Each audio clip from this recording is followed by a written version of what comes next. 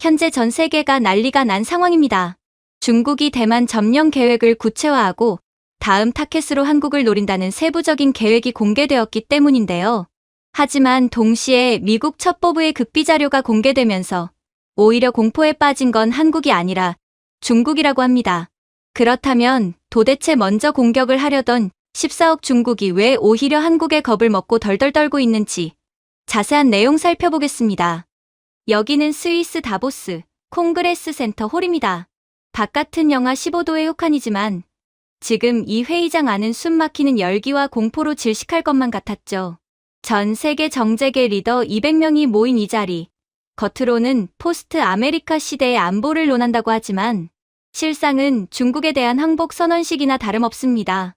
사람들은 저를 워싱턴의 독설가라고 부릅니다. 펜타곤 시절 저는 세계의 전쟁 시뮬레이션을 설계했고 2개의 정권이 무너지는 걸 예측했으니까요. 하지만 오늘 제 눈앞에 펼쳐진 시나리오는 가상이 아닙니다. 지독한 현실이죠. 단상 위를 보십시오. 거대한 홀로그램 지도 앞에 잘 재단된 이탈리아산 슈트를 입은 늑대 한 마리가 서 있습니다. 중국 외교부 차관이자 일명 전랑 외교의 상징, 리웨이입니다.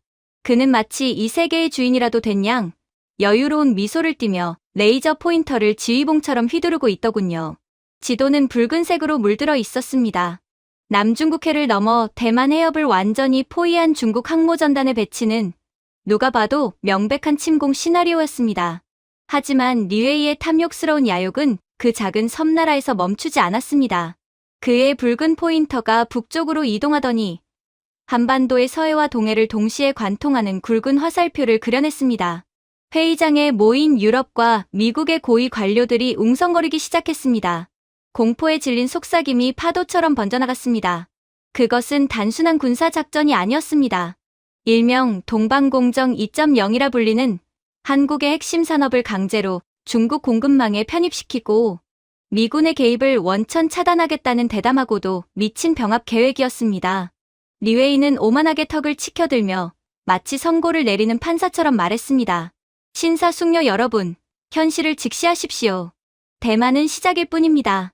진정한 아시아의 안정을 위해서는 가출한 자식을 집으로 데려와야죠. 한국은 5,000년 역사 동안 중국의 그늘 아래 있었습니다. 이제 제자리를 찾게 해줄 겁니다. 1단계로 대만 TSMC를 국유화하고 2단계로 서해를 봉쇄하면 한국의 반도체와 배터리 산업은 자연스럽게 대륙의 품으로 들어오게 될 겁니다. 좌중은 공포에 질려 있었습니다. 독일 경제부 장관은 숨이 막히는지 넥타이를 거칠게 풀어헤치며 식은땀을 흘렸고 일본 대표는 차마 저 붉은 지도를 똑바로 쳐다보지도 못한 채 물잠만 만지작거렸습니다.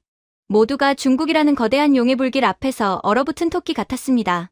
하지만 저는 참을 수가 없어서 그 엄숙한 순간에 푸흡하고 피식 웃음을 터뜨리고 말았습니다. 그 소리가 너무 컸는지 리웨이의 매서운 시선이 제게 꽂혔습니다. 닥터 블랙, 제 브리핑이 우습습니까? 아니면 아직도 팍스 아메리카나의 꿈을 꾸고 계신 건가요? 저는 천천히 자리에서 일어나며 다 마시지도 않은 에스프레소 잔을 테이블에 탁 내려놓았습니다. 리, 자네 역사 공부가 덜 됐군. 내 아버지 잭 블랙 상병이 1950년 장진호에서 배운 역사는 좀 다르거든. 리웨이는 비웃듯이 입꼬리를 말아 올렸습니다. 패배한 미군의 역사를 말하는 겁니까? 아니, 진짜 군인과 겁쟁이 떼거지의 차이를 배운 역사지. 저는 주머니 속에 있던 아버지의 낡은 수첩을 꺼내 테이블 위에 올려놓았습니다. 가죽이 다해진 그 수첩은 1950년 겨울 영하 30도의 혹한 속에서 중공군 12만 명에게 포위당했던 그 지옥 같던 장진호 전투의 증인입니다. 아버지는 죽는 순간까지 그날의 기억을 생생하게 말씀하셨습니다. 당시 아버지는 봤어. 꽹과리를 치고 피리를 불며 몰려오던 너희 중공군들을 말이야. 겉보기엔 무서웠지. 쪽수가 워낙 많았으니까. 그런데 막상 전투가 시작되니 가관이더군. 너희 지휘관들, 소위 정치장교라는 작자들은 어디 있었는지 아나? 병사들 등 뒤 아주 안전한 참호 속에 숨어서 권총을 겨누고 있었어. 앞으로 안 나가면 쏴 죽이겠다고 자국 병사들을 협박하면서 말이야. 그게 너희가 말하는 인해 전술의 실체였지. 앞에는 총알바지, 뒤에는 독전대. 전회라고는 눈 씻고 찾아볼 수 없는 이기적인 도살장 그 자체였어. 제 말에 리웨이의 눈썹이 꿈틀거렸습니다. 반면 내 아버지가 본 한국군은 달랐어. 퇴각 명령이 떨어졌을 때였지. 다들 살겠다고 도망치는데 한 벙커에 교복을 입은 소년병 하나가 남아있더라는 거야. 고작 17이나 됐을까? 탄약은 이미 다 떨어진 상태였지.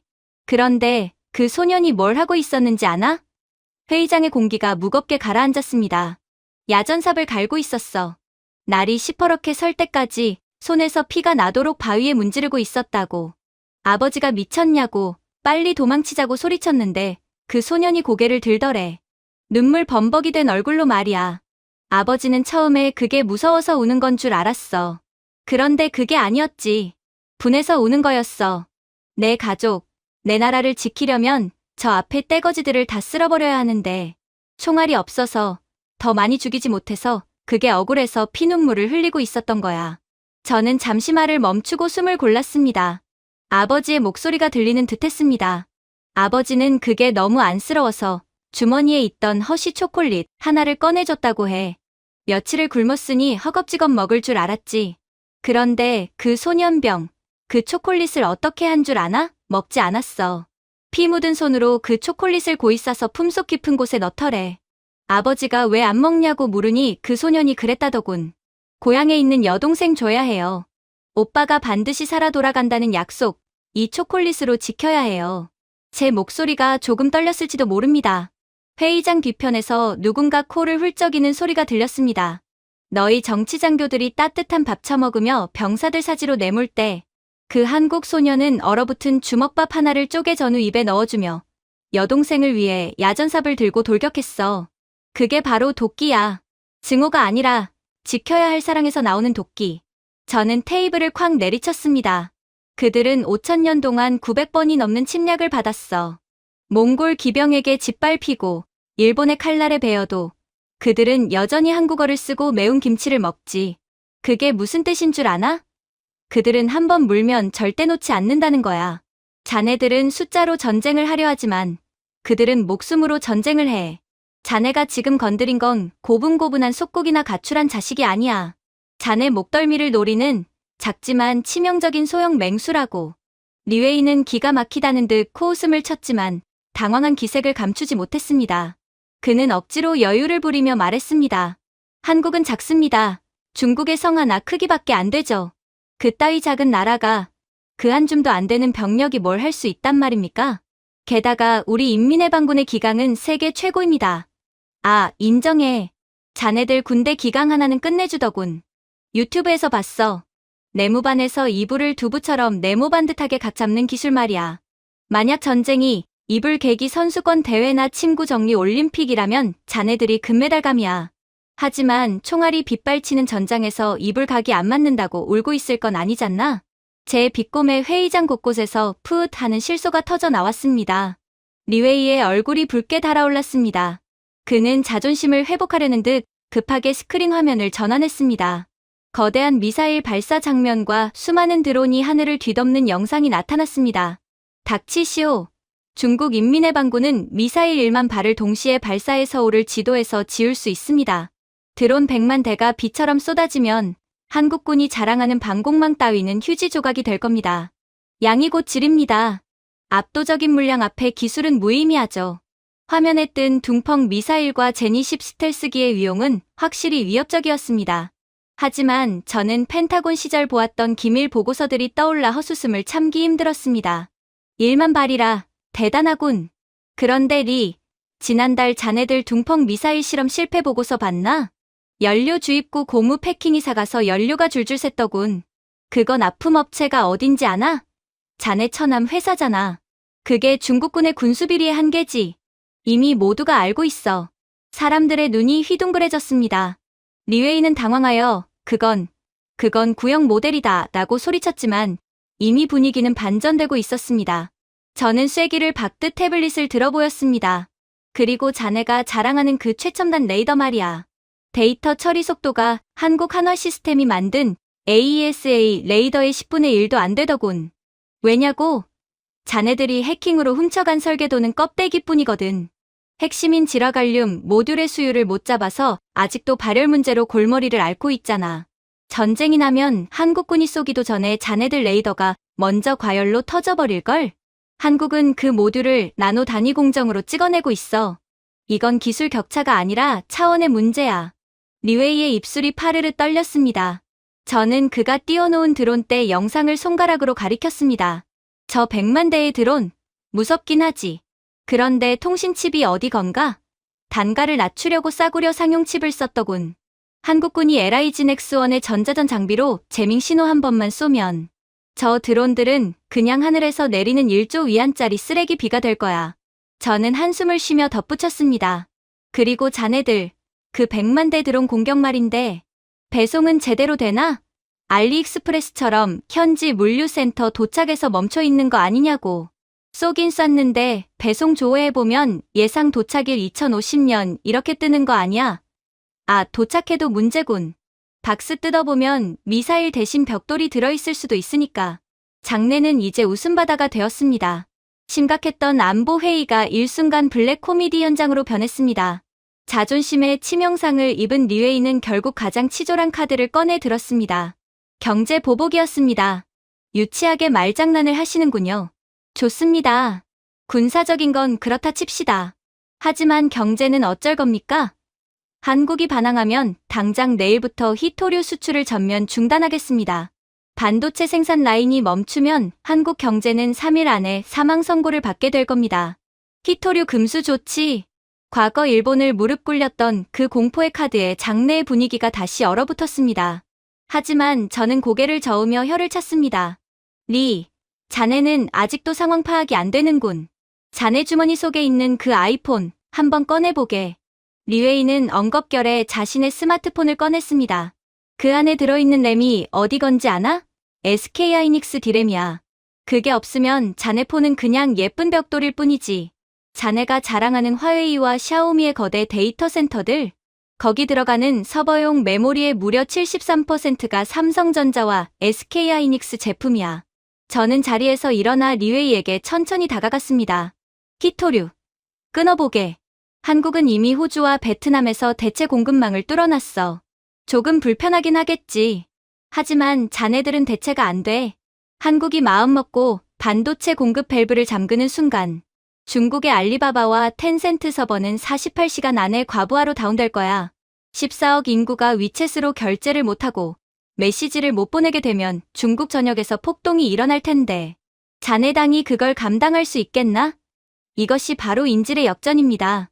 중국은 완제품을 조립해서 팔지만 한국은 그 완제품이 숨을 쉬게 만드는 생명 유지 장치에 코드를 쥐고 있습니다.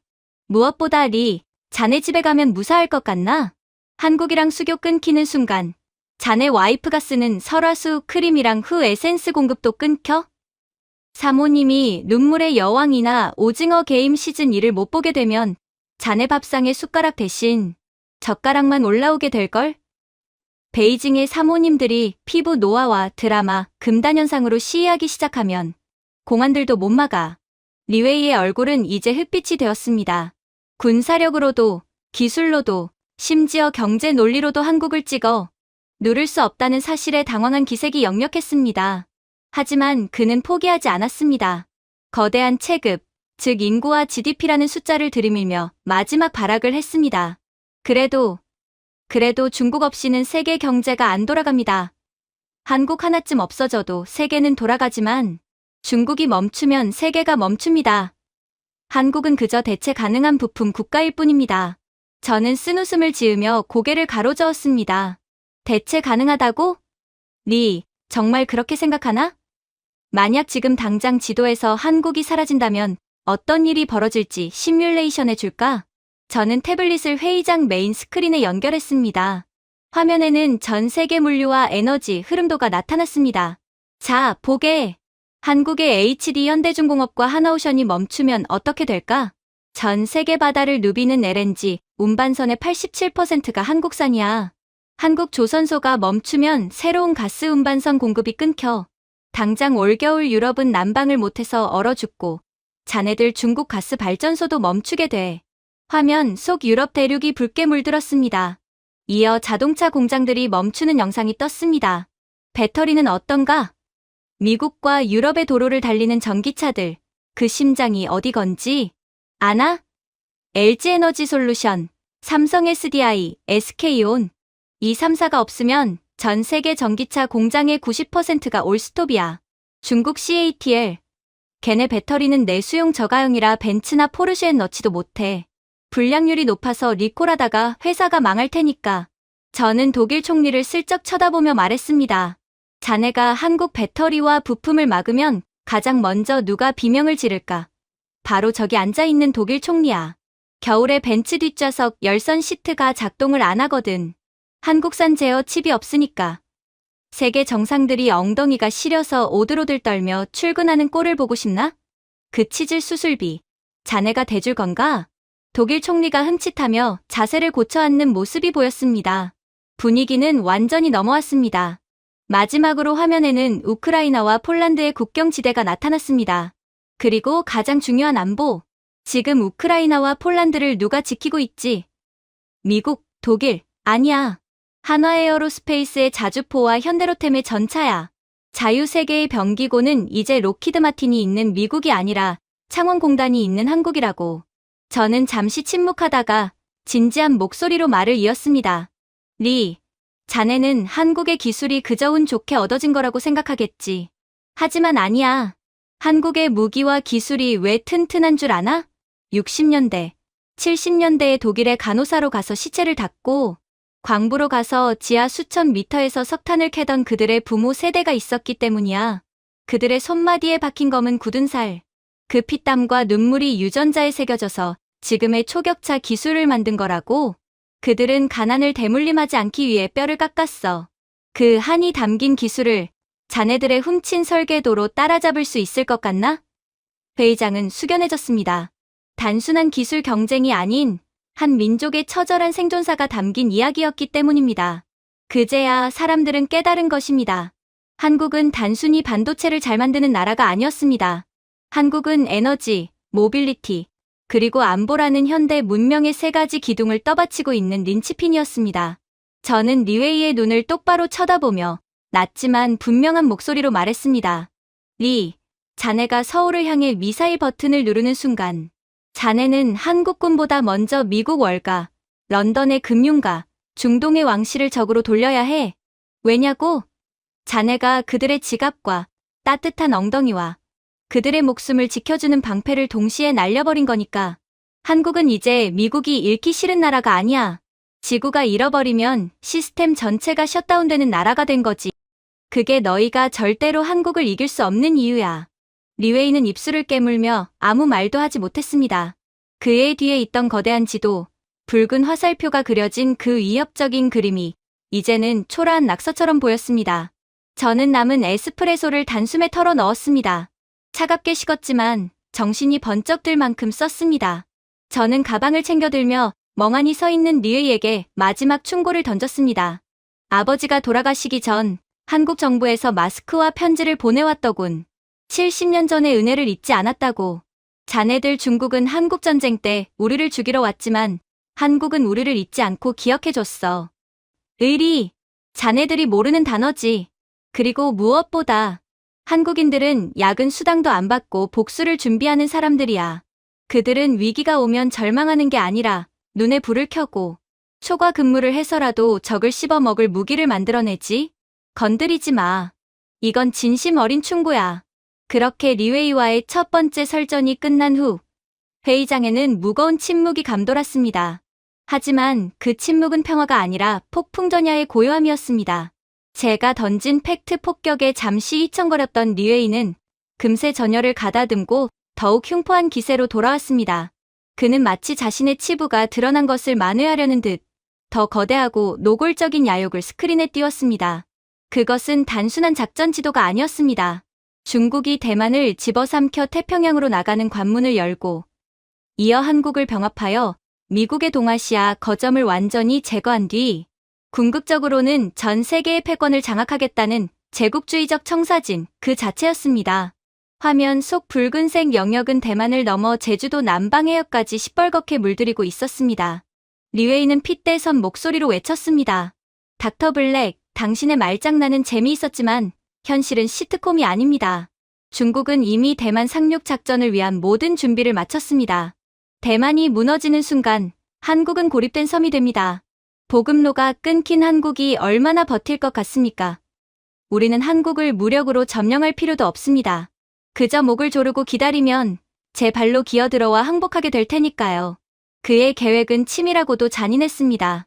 대만을 점령하여 반도체 공급망을 장악하고 서해와 남해를 봉쇄하여 한국의 숨통을 끊는다. 그리고 한국이 무너지면 일본과 괌은 중국의 미사일 사정권 안에서 인질이 된다. 이것은 한국만의 위기가 아니었습니다. 자유주의 진영 전체가 벼랑 끝에 몰린 절체절명의 순간이었습니다. 회의장의 공기는 다시 공포로 얼어붙었고 모두의 시선이 저를 향했습니다. 하지만 저는 여전히 차분하게, 어쩌면 조금은 지루하다는 표정으로 리웨이를 바라보았습니다. 리웨이는 분위기를 압도하기 위해 새로운 영상을 재생했습니다. 정신력. 1950년의 기억, 좋습니다. 구닥다리 옛날 이야기는 그만하고 현재를 봅시다. 우리 인민해방군의 정신력을 보여드리죠. 이것이 바로 대륙의 기상입니다. 화면에는 중국 특수부대의 훈련 영상이 재생되었습니다. 상의를 탈의한 근육질의 병사들이 기압 소리와 함께 맨손으로 벽돌을 격파하고 불이 붙은 링을 통과하며 강목으로 서로의 몸을 내리치는 마치 서커스나 차력쇼를 방불케 하는 장면들이었습니다. 리웨이는 득이양양한 표정으로 저를 보며 말했습니다. 보십시오. 우리 병사들은 고통을 모릅니다. 그들은 명령 하나면 불 속이라도 뛰어드는 인간 병기들입니다. 한국군의 그 한이라는 감성파리가 이런 강철 같은 육체 앞에서 통할 것 같습니까? 저는 헛웃음을 참으며 턱을 베었습니다. 그리고 그에게 전쟁은 근육으로 하는 게 아니라는 걸.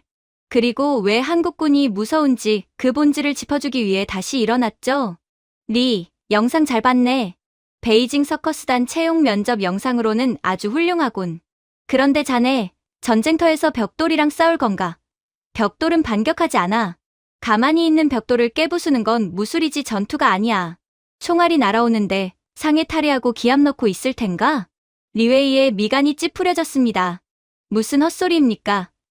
이건 강인한 정신력의 증거입니다. 정신력이라, 글쎄. 내가 보기엔 그저 쇼맨십 같은데. 자네들 병사들이 소왕제 세대라는 건 전 세계가 다 아는 사실 아닌가. 한 자녀 정책으로 집안에서 황제처럼 떠받들여져 자란 그 귀하신 도련님들 말이야. 저는 태블릿을 조작해 다른 영상을 띄웠습니다. 작년 중국과 인도의 국경 분쟁 당시 촬영된 영상이었습니다. 버스 안에서 중국군 병사들이 엉엉 소리내어 울며 엄마 보고 싶어라고 노래를 부르는 장면이었습니다. 자, 이걸 보게. 이게 자네가 말한 인간 병기들의 실체야. 이 병사들이 왜 우는 줄 아나? 총알이 날아와서. 아니야. 전선으로 이동하는 버스 안에서 전투 식량 맛이 없다고, 허거 안 준다고 우는 거야. 진지 이탈 사유가 엄마가 보고 싶어서인 군대가 세계 최강이라니. 코미디가 따로 없군. 회의장에서 킬킬거리는 웃음소리가 새어나왔습니다. 저는 쐐기를 박았습니다. 자네들 신병훈련소 풍경이 장관이라더군. 교관이 좀만 큰 소리치면 병사들이 주머니에서 최신형 스마트폰을 꺼내서 우리 아빠한테 이를 거야 라고 한다며? 아마 전쟁이 시작되면 자네들 무전기보다 민원, 전화가 더 불티나게 울릴걸? 베이징의 열성 학부모들이 전선 사령부로 전화해서 소리칠 테니까. 여보세요? 우리 애가 피부가 예민해서 참호 흙바닥에서는 잠을 못 자요. 당장 호텔 예약해줘요. 안 그러면 국방부 장관 고소할 거야. 적군이랑 싸우기도 전에 학부모. 민원 처리하느라 자네들 지휘관들 멘탈이 먼저 터질 거야. 리웨이는 얼굴이 불그락푸르락해져서 반박하려 했지만 저는 말을 끊고 아버지의 기억을 다시 소환했습니다. 내 아버지가 1951년 겨울 한국의 고지전 때 목격한 장면이야. 당시 한국군 보급 트럭이 산길에서 퍼졌어. 영하 20도의 혹한이었지. 장갑을 껴도 손이 얼어붙는 날씨에 한 운전병이 맨손으로 트럭 엔진을 고치고 있더래. 쇠붙이에 피부가 닿으면 살점이 쩍쩍 달라붙어 떨어져 나가는 상황이었지. 아버지가 기겁해서 물었어. 안 아프냐고. 이러다 손가락 잘린다고.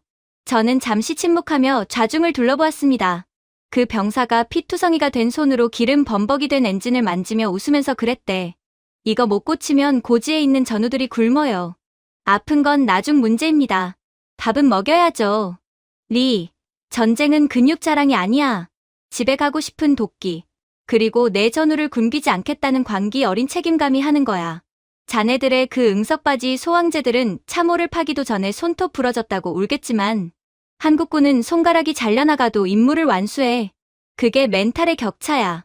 리웨이가 아무 말도 못하고 입술만 깨물고 있을 때 저는 지난달 부산에 갔던 이야기를 덧붙였습니다. 내가 지난달 부산 유엔 기념공원에 갔었지. 거기서 휠체어를 탄 늙은 백인 참전용사를 봤어. 그런데 그 옆에 허리가 굽은 한국 노인 한 분이 무릎을 꿇고 있더군. 영어를 한마디도 못하는 그 한국 노인이 눈물을 흘리며 땡큐, 땡큐만 반복하면서 자신의 손수건으로 그 이방인의 흙 묻은 휠체어 바퀴를 닦고 있었어. 70년이 지났는데도 그들은 은혜를 잊지 않아. 자네들 중국은 동맹을 장기판의 말로 쓰지만 한국은 동맹을 혈육으로 대한다네. 전우를 위해 손가락을 자르고 은인을 위해 무릎을 꿇는 그 정신을 자네들의 벽돌 깨기, 쇼 따위가 이길 수 있을 것 같나? 장내는 숙연해졌습니다. 단순한 비웃음을 넘어선 묵직한 감동이 회의장을 감쌌습니다. 리웨이는 정신력에서 완전히 밀렸음을 직감하고 급히 화제를 돌렸습니다. 자신이 가장 자신 있어 하는 분야, 압도적인 하드웨어로 말이죠. 좋습니다. 입만사냥 키의 궤변은 그만 듣죠. 정신력으로 탱크를 막을 수 있습니까? 중국은 지상전의 왕입니다. 화면이 바뀌고 국경지대에 배치된 수천 대의 전차 부대 위성사진이 나타났습니다. 중국의 주력 전차 99시계이가 끝도 없이 늘어서 있는 모습은 확실히 위압적이었습니다. 보십시오. 최신형 99시계의 전차 수천 대가 국경에 배치되어 있습니다. 125mm 주포는 어떤 장갑도 뚫어버립니다. 한국군의 빈약한 기갑부대는 우리 전차의 궤도 밑에서 납작해질 겁니다. 이건 강철의 쓰나미입니다. 하지만 제 눈에는 그 강철의 쓰나미가 고철의 퍼레이드로밖에 보이지 않았습니다. 저는 콧방귀를 뀌며 말했습니다. 리, 자네들 전차 승무원들이 여름만 되면 기절해서 실려나간다는 기사 내가 봤는데 99시계의 전차 내부에 에어컨이 없다며? 전차에 에어컨이 무슨 필수 장비입니까? 나약한 소리. 나약한 소리가 아니라 생존의 문제야. 엔진 열기에 밀폐된 공간, 여름이면 내부 온도가 50도를 넘어가. 자네들은 달리는 사우나를 타고 전쟁을 하겠다는 건가? 승무원들이 적군을 만나기도 전에 탈진해서 쓰러지는데 누가 포를 쏘나? 이건 뭐 전쟁이 아니라 단체 다이어트 프로그램인가? 청중들이 폭소를 터뜨렸습니다.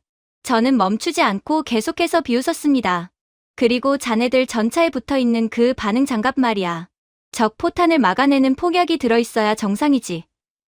그런데 뜯어보면 뭐가 나올까? 러시아군처럼 계란판이나 신문지 뭉치가 나올걸? 왜냐고?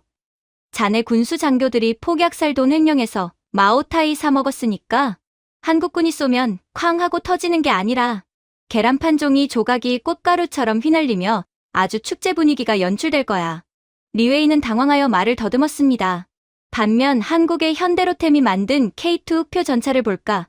세계에서 유일하게 전차가 무릎을 꿇을 수 있어. 유기압 현수장치 덕분에 차체를 앞뒤, 좌우로 기울일 수 있지.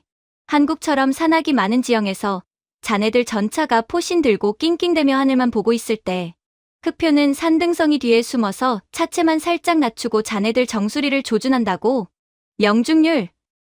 움직이는 표적을 2km 밖에서 맞힐 확률이 98%야. 자네들은 멈춘 표적도 못 맞춰서 땅을 파잖아. 저는 한국 전차의 성능 데이터를 스크린에 띄웠습니다. 게다가 한화에어로스페이스의 항법 장치와 S&T 다이내믹스의 변속기는 험지 돌파 능력이 세계 1위야. 자네들 전차가 진흙탕에 빠져서 견인차 부를 때 한국 전차는 그 위를 날아다닌다고. 한국 무기는 70년 동안 살아남기 위해 진화했지만 자네들 무기는 광장에서 보여주는 열병식을 위해 진화했어. 그게 결정적인 차이야. 리웨이는 이제 거의 이성을 잃어가고 있었습니다. 지상전에서도 팩트로 두들겨 맞자 그는 자신의 그랜드 플랜의 핵심인 해상, 봉쇄의 카드를 다시 꺼내 들었습니다. 좋아. 육군은 그렇다 쳐. 하지만 바다는 다릅니다. 한국은 기름 한 방울 안 나는 나라입니다. 우리 중국 해군이 서해와 남해의 항로를 봉쇄하면 한국의 원유 수입은 즉시 끊깁니다. 탱크가 아무리 좋아도 기름이 없으면 고철 덩어리일 뿐이죠. 바다를 지배하는 자가 산소를 통제하는 겁니다. 그의 말대로 에너지 의존도가 높은 한국에게 해상 봉쇄는 치명적일 수 있습니다. 보통의 나라라면 말이죠. 하지만 그는 한국이 어떤 나라인지 간과하고 있었습니다. 봉쇄, 해보게 시도하는 순간 자네들이야말로 태평양 한가운데서 고립될 테니까. 무슨 뜻입니까? 자네들이 타고 있는 그 최신형 구축함, 그리고 자네들이 기름을 실어 나르는 그 수많은 유조선과 컨테이너선들, 그거 다 누가 설계하고 만들었는지 아나? HD현대중공업과 하나오션이야. 전 세계 바다에 떠다니는 상선 10척 중 4척이 한국산이라고. 저는 스크린에 한국 조선소의 스마트 관제 센터 사진을 띄웠습니다. 요즘 배들은 그냥 쇳덩이가 아니야. 스마트십이지.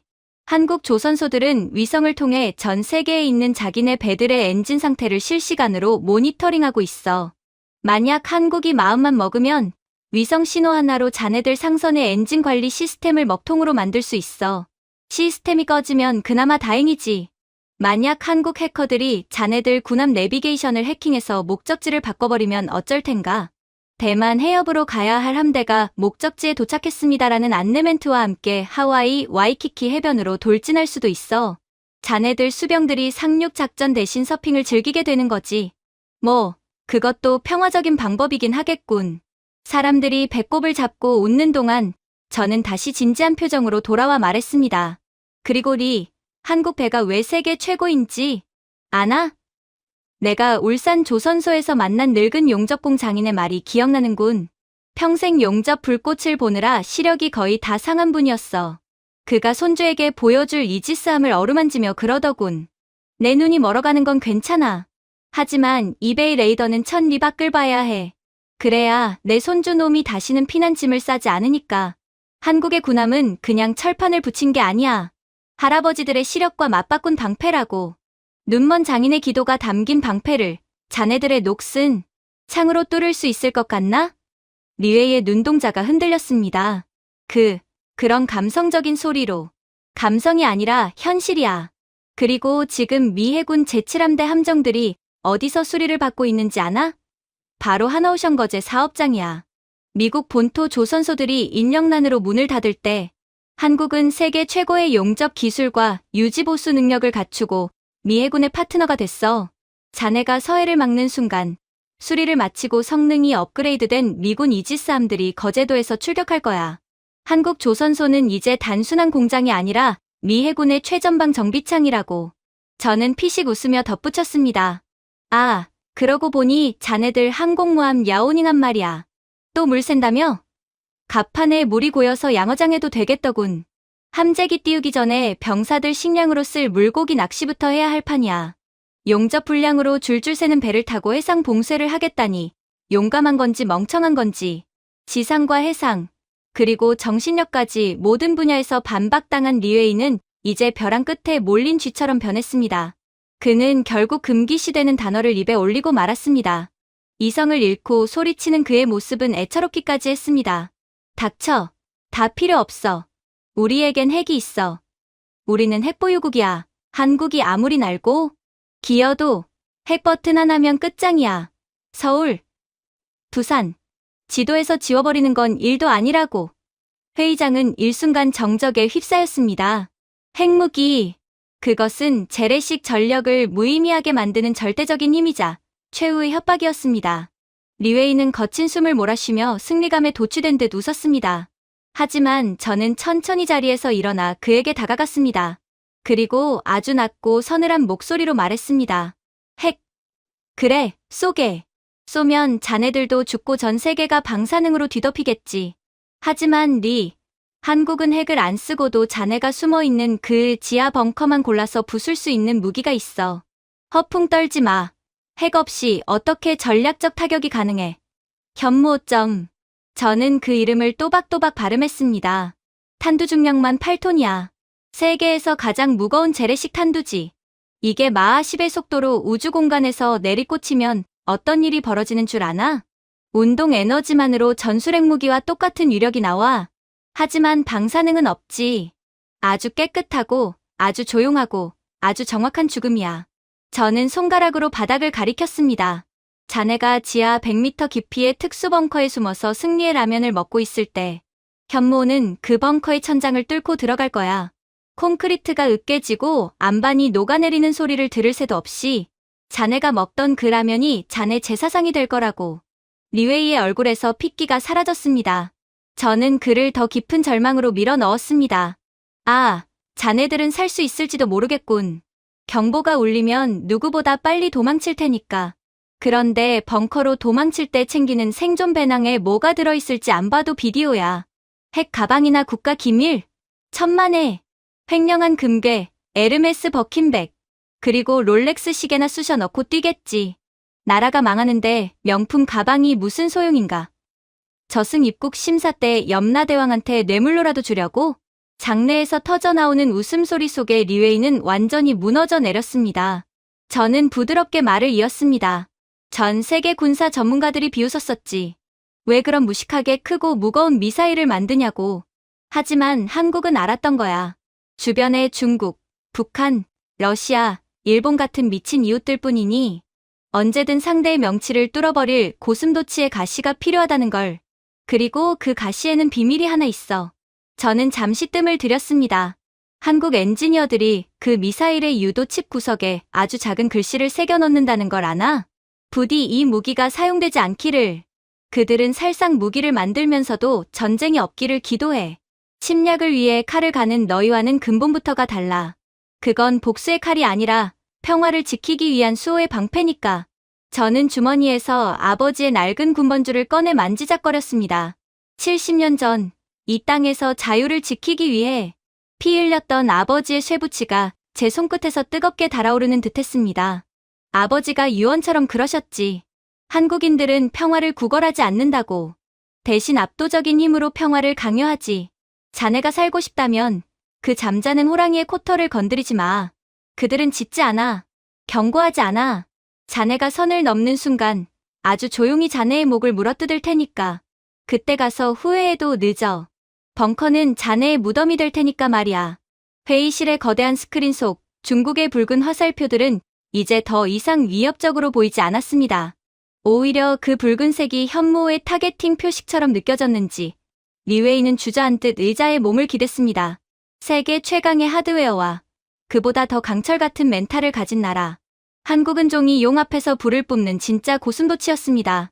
그리고 그 가시는 이제 막 곤두서기 시작했습니다. 그렇게 치열했던 공방이 끝나고 회의장에는 잠시 무거운 침묵이 흘렀습니다. 군사력과 정신력, 그리고 해상 장악력까지 팩트로 난타당한 리웨이는 구석에 몰린 쥐처럼 보였습니다. 불그락푸르락해진 그의 얼굴은 터지기 직전의 풍선 같았죠. 하지만 그는 교활했습니다. 그는 단순히 힘으로 찍어 누르는 것이 불가능하다면 판을 완전히 뒤집어버리겠다는 듯 새로운 카드를 꺼내 들었습니다. 스크린의 화면이 바뀌며 거대한 유라시아 대륙과 아프리카를 잇는 복잡한 선들이 나타났습니다. 바로 중국의 야심찬 경제 침략 계획 1:1로 2.0이었습니다. 리웨이는 옷매무새를 거칠게 가다듬고 다시금 오만한 미소를 되찾으려 애쓰더군요. 그의 목소리에는 광기 어린 확신이 서려 있었습니다. 닥터 블랙, 당신이 말한 한국의 군사력, 인정하죠. 꽤 따갑더군요. 하지만 전쟁은 결국 파괴입니다. 당신들이 아무리 잘 싸워도 전쟁이 휩쓸고 지나간 자리에 남는 건 폐허뿐입니다. 그 폐허 위에서 세상을 다시 세우는 건 누구일까요? 총을 든 군인이 아니라 자본과 삽을 든 건설사들입니다. 그는 지휘봉으로 지도를 강하게 때렸습니다. 중국은 전쟁으로 파괴된 아시아와 유럽을 우리 건설사들의 힘으로 재건할 것입니다. 한국을 점령한 뒤 낙후된 그 나라를 중국의 선진 토목 기술로 갈아엎고 그 자리에 중화의 깃발이 꽂힌 마천루를 세울 겁니다. 세계는 중국이라는 거대한 건설 기계에 의존하게 될 겁니다. 파괴는 당신들의 몫이지만 창조는 우리의 몫이 될 테니까요. 그의 계획은 소름 끼칠 정도로 거대했습니다. 대만과 한국을 무력화시킨 후 전 세계의 인프라, 재건 사업을 독점하여 경제적 식민지로 만들겠다는 선언이나 다름없었습니다. 회의장의 유럽 대표들은 꿀 먹은 벙어리가 되었습니다. 당장 자국의 낡은 인프라를 고칠 돈도 기술도 부족한 그들에게 중국의 저가 공세는 거부하기 힘든 마약과도 같았으니까요. 리웨이는 한국을 마치 개발이 필요한 시골 마을 취급하며 중국의 자비로운 재개발을 받아들이라는 듯 거들먹거렸습니다. 하지만 저는 그 거창한 지도를 보며 터져나오는 웃음을 참을 수가 없었습니다. 배가 아플 지경이었죠. 재건이라. 리, 자네 농담이 너무 심하군. 파괴는 자네들 전문이라 쳐도 재건, 두부로 만리장성을 쌓겠다는 소리로 들리는군. 리웨이의 눈썹이 꿈틀거렸습니다. 무슨 모욕입니까? 중국의 건설 속도는 세계 최고입니다. 우리는 50층 빌딩을 한 달 만에 올립니다. 속도는 빠르지? 무너지는 속도도 빨라서 문제지만 자네들이 캄보디아에 지어준 그 5성급 호텔 지난달에 붕괴한 거 알고 있나? 조사 결과가 가관이더군. 기둥 콘크리트 안에 철근 대신 대나무를 넣었다며? 저는 태블릿으로 붕괴 현장 사진을 띄웠습니다. 처참하게 무너져 내린 잔해 속에 삐져나온 대나무들이 선명했습니다. 사람들은 경악하며 입을 다물지 못했습니다. 판다가 배고파서 기둥을 씹어 먹으면 건물이 무너지는 나라가 무슨 세계 재건을 한다는 건가? 자네들 아파트 벽을 주먹으로 치면 스티로폼처럼 부서진다더군. 그게 내력벽인가? 아니면 입주민 인내심을 테스트하는 내력 테스트벽인가? 중국 아파트 입주민들은 벽에 못을 박다가 옆집 사람이랑 하이파이브를 한다는 전설이 있어. 그런 스티로폼 기술로 한국을 재개발해. 한국의 태풍. 매미가 한 번만 불어도 자네들이 지은 건물들은 종이비행기처럼 날아갈 거야. 아, 장점도 있긴 하더군.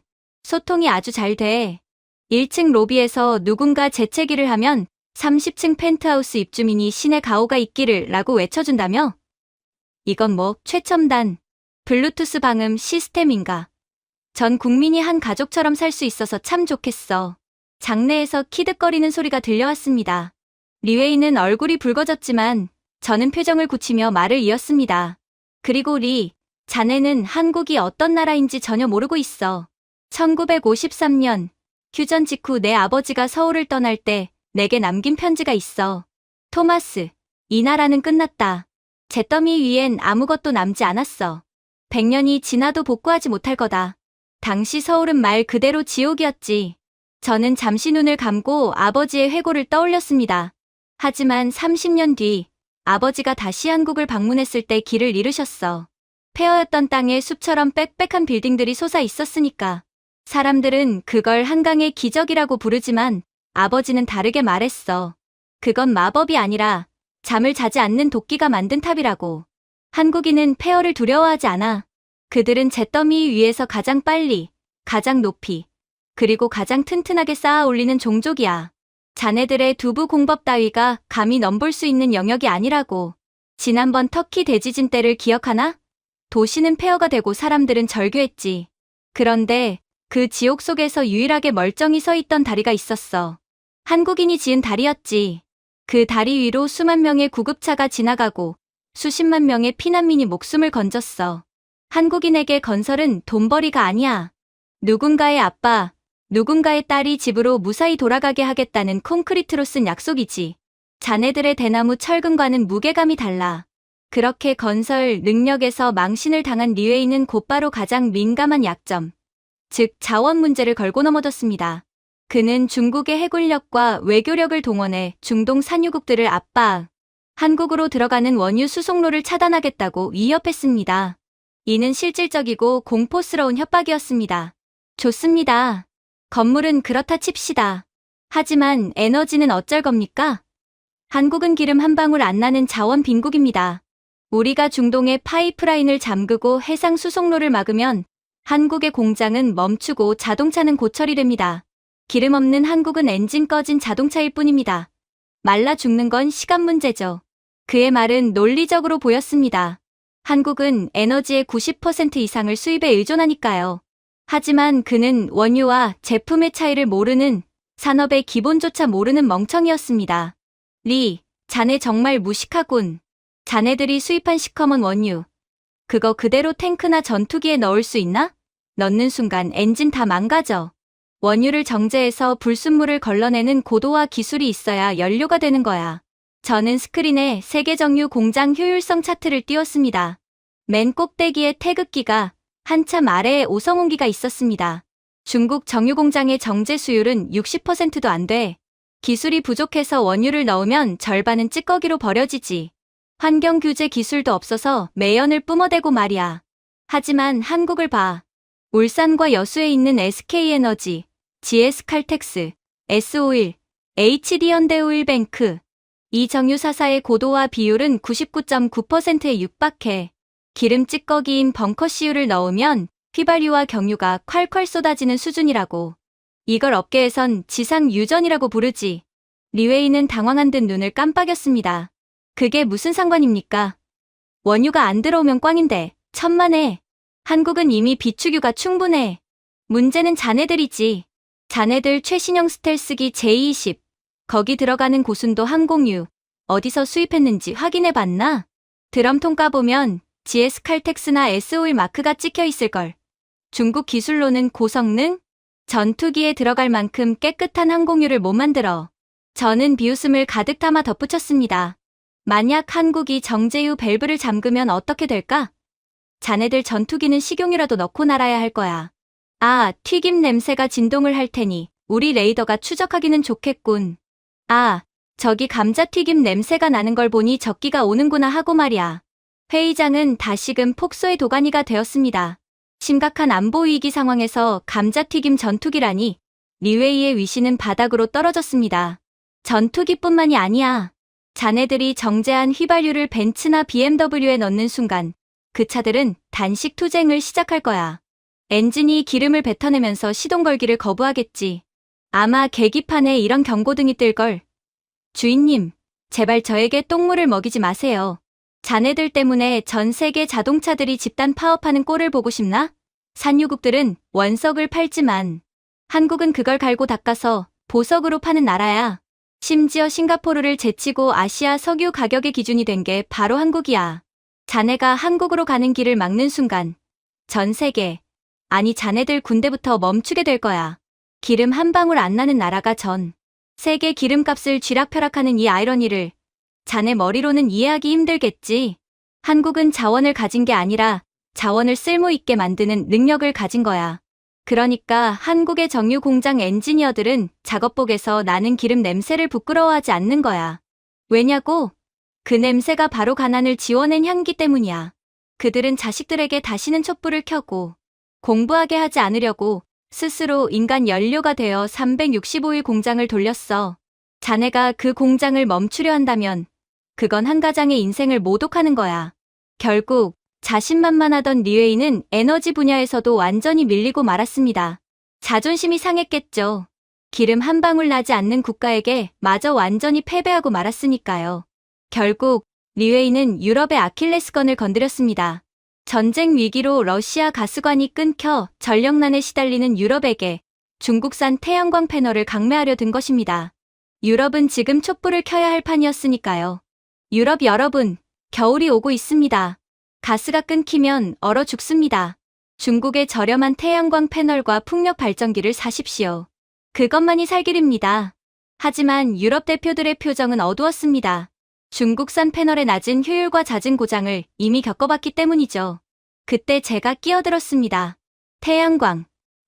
이 흐린 날씨에 촛불 켜고 살라는 건가? 지금 유럽에 필요한 건 기저 전력, 바로 원자력이야. 리웨이가 코웃음을 쳤습니다. 원전? 서방의 원전 기술은 죽었습니다. 프랑스 EDF. 핀란드에 올킬루오토 원전 하나 짓는데 13년이 걸렸습니다. 미국 웨스팅하우스. 설계도만 그리다가 파산했죠. 짓다가 10년씩 걸리는 원전을 누가 기다립니까? 당장 전기가 필요한데 그의 지적은 뼈 아픈 사실이었습니다. 서방의 원전 생태계는 붕괴 직전이었으니까요. 기술의 원조였던 미국과 유럽은 시공 능력을 상실한 지 오래였습니다. 하지만 단 하나의 예외가 있었습니다. 맞아. 미국과 프랑스는 늙었지. 하지만 팀 코리아는 달라. UAE 바라카 원전을 보게. 저는 사막 한가운데 웅장하게 서 있는 바라카 원전 4개의 사진을 띄웠습니다. 섭씨 50도의 열사와 모래 폭풍 속에서 한전, 두산에너빌리티, 삼성물산, 현대건설이 뭘 해냈는지 아나? 4기를 짓는데 납기를 단 하루도 어기지 않았어. 예산 초과, 영원. 이걸 업계에선 기적이라고 부르지.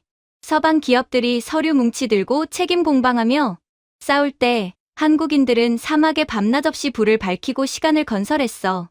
그들은 사막에서 물을 찾는 게 아니라 사막을 숲으로 바꾸는 기술을 가졌으니까. 이건 내가 UAE 현장 소장에게 들은 이야기야. 그는 40년 전 젊은 시절에도 이 사막에 있었다더군. 그때는 전화가 없어서 한국에 있는 딸의 옹알이 소리를 녹음한 카세트 테이프를 품에 안고 밤새 울었다고 해. 그 그리움과 외로움을 시멘트에 섞어 넣었기에 한국이 지은 발전소는 절대 멈추지 않는 거야. 가족을 위해 버텨낸 시간들이니까. 반면에 자네들 중국 원전은 어떻지?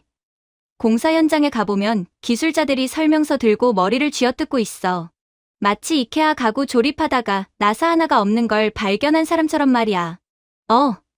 이 우라늄 봄은 어디에 꽂는 거지? 에라 모르겠다. 남는 구멍에 끼워. 그러니 짓고 나면 불이 켜지는 게 아니라 동네방네 방사능 경보가 울리는 거야. 저는 미국 대표를 바라보며 의미심장하게 말했습니다. 과거엔 한국이 미국 웨스팅하우스의 제자였지. 고리원전을 지을 때만 해도 기술을 구걸해야 했으니까. 하지만 지금은 어떤가? 웨스팅하우스 사장이 한국에 와서 제발 시공 좀 맡아달라고, 파트너가 되어달라고 사정하고 있어. 청출어람. 제자가 스승의 머리 꼭대기에 앉아있는 거야. 스승이 잃어버린 손기술을 제자가 완벽하게 계승하고 발전시킨 거지. 그리고 다시 리웨이를 향해 독서를 날렸습니다. 중국 원전. 싸긴 하지. 그런데 짓다가 또 냉각수 셀 거 아닌가? 자네들이 지은 원전 주변엔 머리 2개 달린 물고기가 헤엄친다는 괴담이 있어. 유럽 사람들이 밤에 형광색으로 빛나고 싶지 않다면 결국 한국을 찾을 수밖에 없어. 안전하고 빠르고 강력한 에너지를 원한다면 선택지는 지구상에 단 하나, 대한민국뿐이야. 모든 논리에서 패배한 리웨이는 최후의 수단, 즉 물리적 파괴를 시사했습니다. 이성을 잃은 그는 폭주하기 시작했습니다. 다 필요 없어. 우리가 못 갖는다면 부셔버리겠어. 미사일로 한국의 공장들을 타격하면 그만이야. 한국을 지도에서 지워버리면 세계는 다시 중국을 선택할 수밖에 없어. 그 순간 회의장 스크린에 긴급 경고 메시지가 떴습니다. 중국 상하이와 베이징의 주요 마천루와 교량들에 대한 안전진단 데이터였습니다. 붉은색 경고등이 요란하게 깜빡이고 있었습니다. 마치 리웨이의 심장박동처럼 빠르게 말이죠. 리, 진정해. 자네가 미사일 버튼을 누르는 순간 자네 발밑부터 무너져 내릴 테니까. 무슨 소리야? 자네가 자랑하는 상하이의 마천루들, 그리고 대륙을 잇는 거대한 다리들. 그 뼈대가 뭔지 아나? 바로 한국 포스코의 초고강도 기가스틸이야. 10원짜리 동전 크기로 10톤 트럭을 버티는 기적의 소재지. 중국산 철강으로는 그 높이를 감당 못해서 한국산을 썼잖아. 한국 철강 기술이 없으면 자네들의 스카이라인은 사상누각이야. 저는 베이징의 지하 가스관 지도를 확대했습니다. 그리고 그 철골을 조이는 특수볼트와 너트, 가스관을 연결하는 피팅 밸브. 그거 다 한국 태광이나 성광밴드 제품이야. 자네들 기술로는 고압을 견디는 정밀 밸브를 못 만드니까. 만약 한국이 유지보수 부품 공급을 끊으면 어떻게 될까? 하면 속상하이 타워의 엘리베이터가 멈추고 베이징 공항의 지붕이 내려앉는 시뮬레이션이 재생되었습니다. 6개월이야. 한국산 부품이 없으면 자네들 도시의 가스관은 터지고 엘리베이터는 추락하고 다리는 무너져. 한국을 공격해.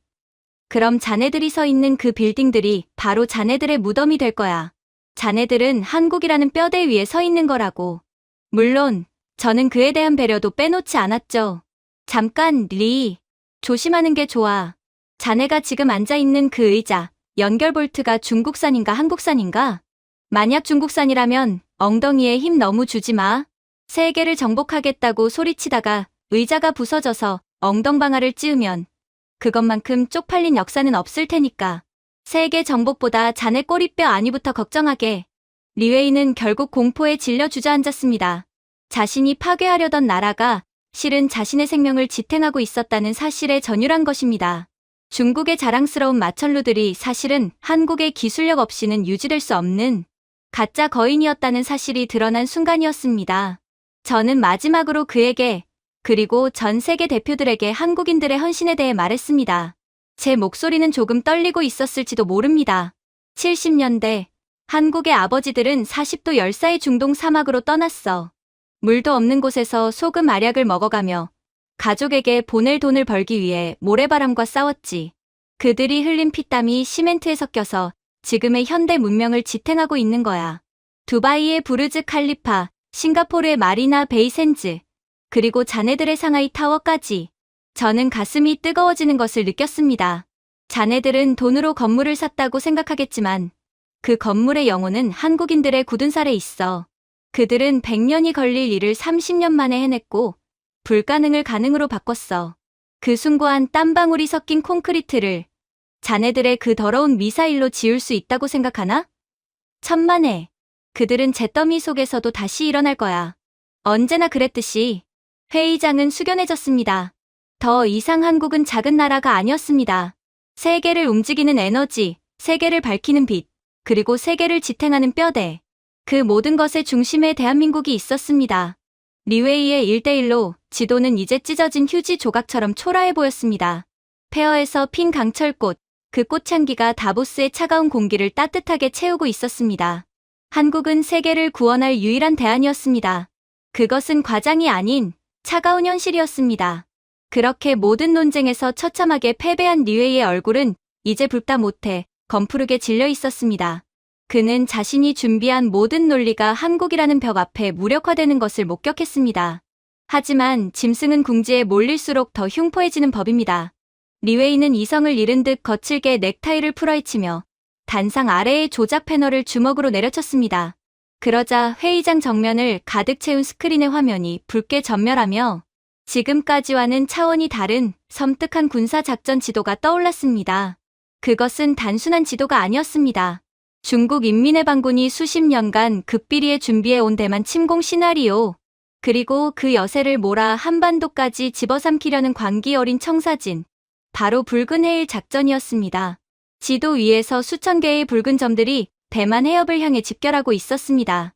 리웨이는 광기 어린 눈으로 청중을 쏘아보며 외쳤습니다. 좋아, 닥터 블랙. 당신의 그 잘난 경제 논리, 기술 논리, 다 인정하지. 하지만 세상은 결국 힘이 지배해. 우리는 더 이상 기다리지 않아. 중국은 6개월 뒤에 대만 수복 작전을 개시한다. 6개월이다. 단 6개월이면 대만은 우리 손에 떨어진다. 그리고 그 다음은 어디일 것 같나? 그의 지휘봉이 대만을 넘어 북쪽, 한반도의 서해안을 가리켰습니다. 바로 한국이야. 대만은 섬이라서 봉쇄했지만 한국은 대륙과 연결되어 있어. 우리 기갑부대가 압록강을 넘고 북해함대가 서해로 상륙하면 한국은 독 안에 든 쥐야. 인천 상륙작전? 하. 우리는 그 역버전으로 서울을 단숨에 유린할 것이다. 기술, 공장. 우리가 점령하면 그만이야. 회의장은 공포로 얼어붙었습니다. 대만 침공이 임박했다는 소식만으로도 충격적인데 한국까지 연쇄적으로 침공하겠다는 선언은 제3차 세계대전의 서막이나 다름없었으니까요. 독일 대표는 물잔을 엎질렀고 일본 대표의 손은 덜덜 떨리고 있었습니다. 하지만 그 살벌한 분위기 속에서 저는 천천히 자리에서 일어나 에스프레소 잔을 만지작거렸습니다. 그리고 리웨이를 향해 아주 깊은 한숨을 내쉬었습니다. 마치 철없는 어린아이의 허풍을 듣는 어른처럼 말입니다. 리, 자네는 정말 지도를 볼 줄 모르는군. 아니, 전쟁이 뭔지, 그리고 한국이라는 나라가 어떤 곳인지 전혀 감을 못 잡고 있어. 뭐라고? 우린 대만을 하루 만에 끝낼 거야. 한국도 마찬가지고. 그래, 대만은 가능할지도 모르지. 대만은 해안 방어선만 뚫리면 평지니까. 하지만 리, 한국은 달라. 자네가 한국에 발을 들이는 순간 자네 군대는 전쟁을 하는 게 아니라 도살장에 제 발로 걸어 들어가는 꼴이 될 테니까. 저는 태블릿을 조작해 한국의 3D 입체 지형도를 화면에 띄웠습니다. 뾰족하게 솟은 산맥들이 마치 용의 등뼈처럼 혹은 날카로운 칼날처럼 한반도 전체를 뒤덮고 있는 모습이 드러났습니다. 자네들 전차부대가 한국에 상륙한다고? 아마 상륙하자마자 내비게이션부터 끄게 될 거야. 길이 없거든. 한국 국토의 70%가 뭔지 아나? 산이야. 그것도 아주 험준하고 지독한 악산들이지. 자네들 전차장이 지도를 보며 비명을 지를걸. 지도에 오류가 있다. 이건 길이 아니라 벽이다 라고. 저는 비웃음을 담아 말을 이었습니다. 한국의 산들은 자네들의 기갑부대를 좁은 계곡으로 몰아넣는 깔때기야. 그 좁은 길목마다 한국군 대전차 미사일과 매복조가 자네들을 기다리고 있겠지. 그리고 산을 넘으면 뭐가 나올 것 같나? 평야, 천만에. 거대한 아파트 숲이 나오지. 화면에 인천과 수도권의 빽빽한 아파트 단지들이 나타났습니다. 그것은 도시가 아니라 거대한 콘크리트 요새처럼 보였습니다. 한국의 도시는 시가전을 위한 미로야. 자네들 전차가 아파트 단지에 들어서는 순간 내비게이션에서 이런 안내 멘트가 나올 거야. 목적지까지 안내를 종료합니다. 당신은 포위됐습니다. 베란다마다 한국군 저격수가 숨어 있고 하수구마다 대전차 지뢰가 깔려 있어. 자네들 전차는 그 콘크리트 정글 속에서 고철 덩어리가 되어 불타오를 거야. 리웨이는 얼굴을 붉히며 반박했습니다. 지형 따위는 화력으로 밀어버리면 그만이야. 우리에겐 압도적인 포병 전력이 있어. 그 말에 저는 참지 못하고 폭소를 터뜨렸습니다. 화력. 지금 한국 앞에서 화력을 논했나? 리. 전 세계에서 단위 면적당 포병 화력이 가장 밀집된 나라가 어딘지 아나?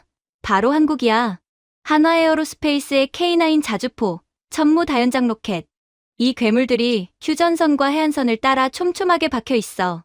한국군은 자네들이 서해안 갯벌에 발을 디디기도 전에 좌표 삭제 수준의 강철비를 퍼부을 거야. 저는 심각한 표정으로 덧붙였습니다. 그건 포격이 아니야. 지형 리모델링이지. 자네들 상륙함은 해안가에 닿기도 전에 수장될 거고, 운 좋게 상륙한 병사들은 하늘이 까맣게 덮이는 걸 보게 될 거야. 한국군의 포병은 자네들 지휘관의 헬멧 사이즈까지 계산해서 쏜다는 소문이 있어. 대만은 점령할 수 있어도 한국은 지워질 각오를 해야 해. 이곳은 땅 자체가 무기니까. 그런데 리, 더 소름 돋는 점이 무엇인지 아나? 한국의 K9 자주포가 왜 그렇게 촘촘하게 배치된 줄 아나? 그 포신들 바로 뒤에 아이들이 자는 유치원과 어머니가 있는 아파트가 있기 때문이야. 그들은 적을 죽이고 싶어서 쏘는 게 아니야. 적이 단 1m라도 더 전진하면 내 아이가 깨기 때문에 내 가족의 단잠을 지키기 위해 문자 그대로 불의 벽을 만드는 거라고. 그건 사례가 아니라 처절한 수호 본능이야. 아, 물론 운 좋게 해변에 내린다고 해도 문제야. 한국의 서해안은 세계 5대 갯벌이거든. 자네들 최신형 전차가 갯벌에 빠져서 포탄만 내놓고 지능 목욕을 하게 될 거야. 그럼 어떻게 되는 줄 아나? 한국의 낙지 잡는 할머니들이 호미를 들고 나와서 전차 뚜껑을 두드릴걸. 아니, 왜 남의 일터에 와서 영업방해를 해? 비켜, 자네들. 정예 부대가 한국 할머니들한테 등짝 스매싱 맞고 쫓겨나는 꼴 생중계로 보고 싶나? 리웨이는 입술을 깨물며 부들부들 떨었습니다. 지형과 화력에서 말문이 막히자 그는 이제 사람을 걸고 넘어졌습니다. 좋아, 군대는 그렇다 쳐. 하지만 민간인은 한국의 현역 군인만 제압하면 끝이야. 요즘 한국 젊은이들은 나약해서 총성만 들려도 도망칠 거다. 대만 시민들이 동요하는 것처럼 한국인들도 공포에 질려 항복할 거라고. 항복? 리, 자네는 정말 큰 실수를 하고 있어. 한국은 전 세계에서 유일한 병영 국가야. 징병제 덕분에 신체 건강한 남성 대부분이 2년 가까이 군 복무를 했지. 그들은 소총분의 조립은 기본이고 박격포 사격, 전차 조종까지 할 줄 아는 300만 명의 존 윗들이라고. 민간인이 총을 쏜다고? 웃기지 마. 웃긴가? 상상해보게. 자네들 공수부대가 서울 시내에 낙하했어.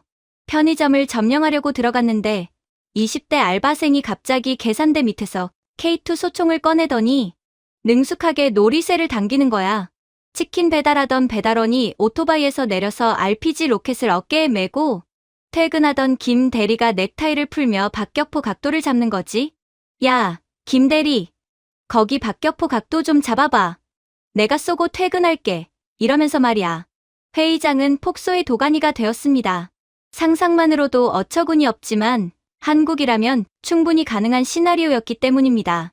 자네들이 점령했다고 생각한 아파트 단지? 그곳은 거대한 저항군 기지로 변할 거야. 예비군들이 아파트 옥상에 기관총 진지를 구축하고 지하 주차장은 탄약고가 되겠지. 자네들 특수부대가 동네 아저씨들에게 제압당해 무릎 꿇고 손 들고 있는 사진이 전 세계 SNS에 도배될걸? 캡션에는 이렇게 달리겠지. 중국 특수부대, 한국 예비군 김씨 아저씨에게 검거됨. 사유 쓰레기 분리수거 안 하고 무단 침입. 그리고 조심해야 할 건 예비군뿐만이 아니야. 한국 골목길엔 야쿠르트 아줌마들이 있어.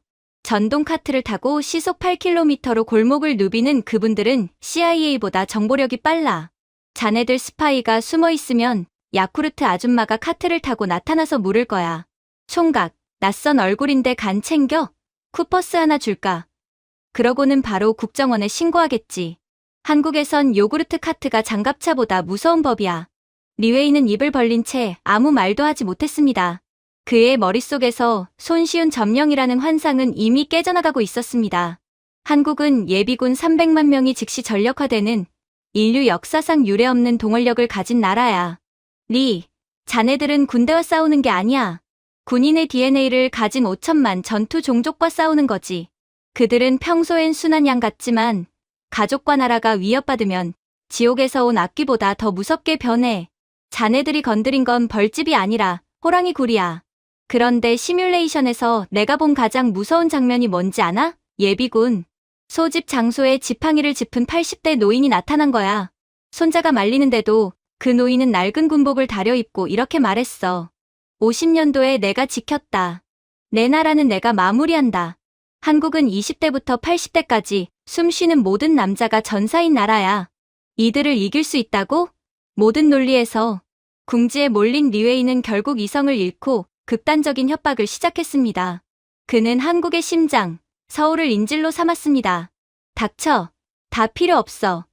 우리가 서울을 향해 미사일을 퍼부으면 그만이야. 서울을 불바다로 만들겠어. 대만처럼 순순히 항복하지 않으면 한국의 모든 것을 파괴해버리겠다. 베이징에서 버튼 하나면 서울은 잿더미야. 그는 핵무기에 준하는 재래식 폭격을 예고했습니다. 대만은 방어 위주의 전략을 짰기에 본토 타격 능력이 부족했지만 한국은 달랐습니다. 한국은 맞는 순간 배로 갚아주는 독트린을 가지고 있었으니까요. 불바다라. 리, 자네는 한국군의 대량 응징 보복, 즉 KMPR 전략을 모르는군. 응징. 그 작은 나라가 감히 대국을 응징해. 한국은 방패만 든 게 아니야. 아주 길고 날카로운 창도 들고 있지. 한국은 자네들 베이징 수뇌부를 지도에서 지워버릴 수 있는 현무 미사일을 수천 기나 보유하고 있어. 지하 벙커를 뚫는 현무사 탄두 중량 8톤의 괴물 미사일 현무. 이 녀석들은 발사되면 마하 10의 속도로 날아가서 자네들 머리 위에 꽂힐 거야. 저는 베이징의 중남해 위성사진을 화면에 띄웠습니다. 붉은색 조준점이 정확히 리웨이의 집무실 위치를 가리키고 있었습니다. 리, 자네가 서울을 향해 미사일 발사 버튼을 누르는 순간 자네 집무실 창문으로 현무 미사일이 배달 왔습니다 하고 노크할 거야. 아마 자네가 마지막으로 듣는 소리는 똑똑이 아니라 쾅이겠지만 한국은 맞는 순간 방어만 하지 않아. 상대의 심장을 도려내는 전략을 택했지. 참수부대가 자네 침실로 들어갈 수도 있고. 리웨이는 공포에 질려 식은땀을 줄줄 흘렸습니다. 자신이 누르려던 버튼이 사실은 자신의 자폭 버튼이었다는 것을 깨달은 것입니다. 대만은 먹으면 배가 부르지만 한국은 먹으면 내장이 터져 죽는 독이 든 성배야. 그들은 인질이 아니라 시한폭탄이라고. 자네들이 한국을 삼키려 드는 순간 그 폭탄은 자네들의 뱃속에서 터질 거야. 자네와 자네 당, 그리고 베이징의 모든 것이 잿더미가 되는 꼴을 보고 싶다면 어서 버튼을 눌러봐. 제 말이 끝나자 회의장 정면의 거대한 스크린에 시뮬레이션 결과가 떴습니다. 중국의 한국 침공은 중국의 붕괴로 귀결된다는 냉혹한 데이터였습니다. 전 세계는 안도의 한숨을 내쉬었습니다. 한국이라는 거대한 방파제 덕분에 중국의 붉은 해일이 멈춘 것입니다. 리웨이는 힘없이 자리에 주저앉았습니다. 그의 눈동자는 초점을 잃었고 거만했던 어깨는 축 처져 있었습니다. 그는 패배를 인정할 수밖에 없었습니다. 대만을 점령한다 해도 한국이라는 벽에 막혀 중국은 태평양으로 나갈 수 없다는 지정학적 형벌을 깨달은 것입니다. 저는 그런 글을 보며 덧붙였습니다. 나는 한국의 현충원에서 봤어. 비석도 없이 육군 소위 김아무개라고만 적힌 묘비 앞에도 싱싱한 국화꽃이 놓여있는 것을. 그들은 70년 전 죽은 영웅을 어제 죽은 가족처럼 대우해. 역사를 기억하는 민족에게는 그 역사가 방패가 되어주는 법이지. 자네들이 역사를 지우고 조작할 때 그들은 역사를 닫고 기리고 있었어. 그 차이가 오늘 승패를 가른 거야. 모든 것이 정리된 후 저는 품속에서 낡은 흑백 사진 한 장을 꺼냈습니다. 1953년 휴전 직후 폐허가 된 서울역에서 찍은 아버지의 사진이었습니다. 앙상한 뼈대만 남은 건물들 사이로 남루한 옷을 입은 아이들이 깡통을 들고 서 있는 모습. 그리고 그 옆에 현재의 서울 야경 사진을 나란히 놓았습니다. 화려한 불빛이 은하수처럼 흐르는 한강의 기적을 말입니다. 리, 그리고 신사숙녀 여러분, 이것이 한국입니다. 제 목소리는 잔잔하게, 하지만 힘있게 회의장에 울려 퍼졌습니다. 아버지가 70년 전 한국을 떠나며 제게 그랬습니다. 아들아, 이 나라는 잿더미 위에서도 꽃을 피웠다. 침략자들이 아무리 밟고 지식여도 한국인은 그 밟힌 땅을 디딤돌 삼아 더 높이 올라갔어. 라고요. 대만은 세계의 공장이었을지 몰라도 한국은 세계의 방패이자 희망이었습니다.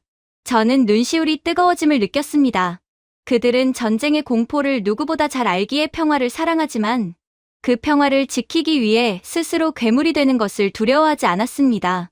70년 전, 내 아버지가 지켜낸 그 작은 나라가 이제는 아버지가 살던 세계를, 그리고 우리의 자유를 지키고 있습니다. 그들은 우리가 잠든 사이에도 깨어 있었고, 우리가 잊고 지내던 희생의 가치를 몸소 증명했습니다. 그러자 독일 총리도, 프랑스 대통령도, 심지어 겁에 질려있던 일본 대표까지 모두 일어나 박수를 쳤습니다. 창밖으로 다보스의 눈 덮인 삼봉우리가 아침 햇살을 받아 황금빛으로 빛나고 있었습니다. 한국이라는 작지만 위대한 나라가 쏘아 올린 빛이 전 세계의 어둠을 몰아내고 있는 것 같았습니다. 붉은 제국의 야망은 한국이라는 무덤 앞에서 영원히 잠들었습니다. 그리고 대한민국은 새로운 시대의 등대로 우뚝 섰습니다. 제가 준비해온 내용은 여기까지입니다. 끝까지 시청해주셔서 진심으로 감사드리며 여러분들의 구독과 좋아요, 알림 설정은 영상 제작에 큰 힘이 됩니다. 이상 세모튜브였습니다.